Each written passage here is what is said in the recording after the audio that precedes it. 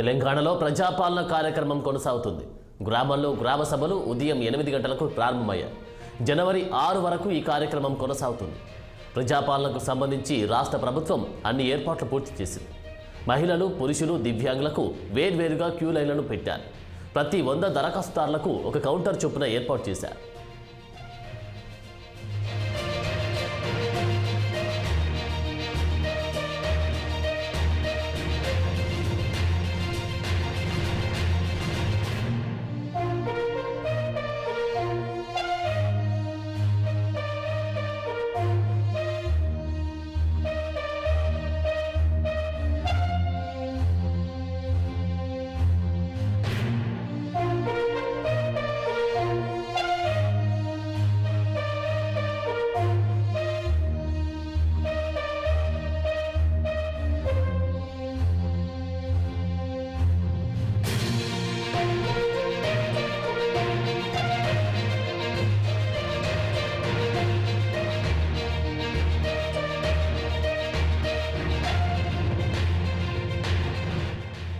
ఇక రాష్ట్రంలో 12,769 గ్రామ పంచాయతీలు, 3,626 మున్సిపల్ వార్డులతో కలిపి మొత్తం 16,395 ప్రదేశాల్లో ప్రజాపాలన సదస్సులు కొనసాగుతున్నాయి. గ్రామ సభలు నిర్వహించడానికి 3,714 అధికార బృందాలను ఏర్పాటు చేశారు. ఈ కార్యక్రమం పర్యవేక్షణకు అన్ని ఉమ్మడి జిల్లాలకు సీనియర్ అధికారులను ప్రభుత్వం నియమించింది. ప్రజాపాలన కార్యక్రమం మానిటరింగ్ చేయడానికి ప్రతి జిల్లా కలెక్టరేట్లో ప్రత్యేకంగా కంట్రోల్ రూమ్ను సైతం ఏర్పాటు చేశారు.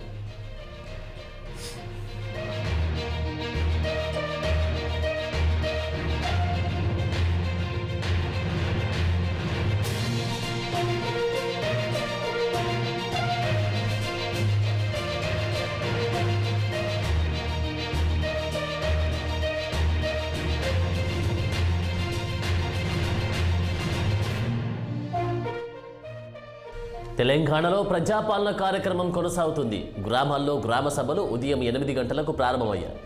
జనవరి 6 వరకు ఈ కార్యక్రమం కొనసాగుతుంది. ప్రజాపాలనకు సంబంధించి రాష్ట్ర ప్రభుత్వం అన్ని ఏర్పాట్లు పూర్తి చేసింది. మహిళలు, పురుషులు, దివ్యాంగులకు వేర్వేరుగా క్యూ లైన్లు పెట్టారు. ప్రతి 100 దరఖాస్తుదారులకు ఒక కౌంటర్ చొప్పున ఏర్పాటు చేశారు. ఇక రాష్ట్రంలో 12,769 గ్రామ పంచాయతీలు, 3,626 మున్సిపల్ వార్డులతో కలిపి మొత్తం 16,395 ప్రదేశాల్లో ప్రజాపాలన సదస్సులు కొనసాగుతున్నాయి. గ్రామ సభలు నిర్వహించడానికి 3,714 అధికార బృందాలను ఏర్పాటు చేశారు. ఈ కార్యక్రమం పర్యవేక్షణకు అన్ని ఉమ్మడి జిల్లాలకు సీనియర్ అధికారులను ప్రభుత్వం నియమించింది. ప్రజాపాలన కార్యక్రమం మానిటరింగ్ చేయడానికి ప్రతి జిల్లా కలెక్టరేట్లో ప్రత్యేకంగా కంట్రోల్ రూమ్ను సైతం ఏర్పాటు చేశారు.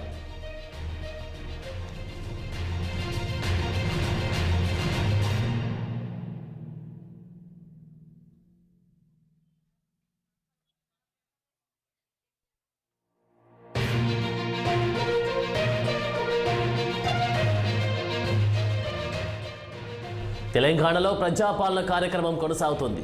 గ్రామాల్లో గ్రామ సభలు ఉదయం 8 గంటలకు ప్రారంభమయ్యాయి. జనవరి 6 వరకు ఈ కార్యక్రమం కొనసాగుతుంది. ప్రజాపాలనకు సంబంధించి రాష్ట్ర ప్రభుత్వం అన్ని ఏర్పాట్లు పూర్తి చేసింది.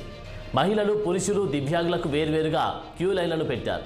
ప్రతి 100 దరఖాస్తుదారులకు ఒక కౌంటర్ చొప్పున ఏర్పాటు చేశారు.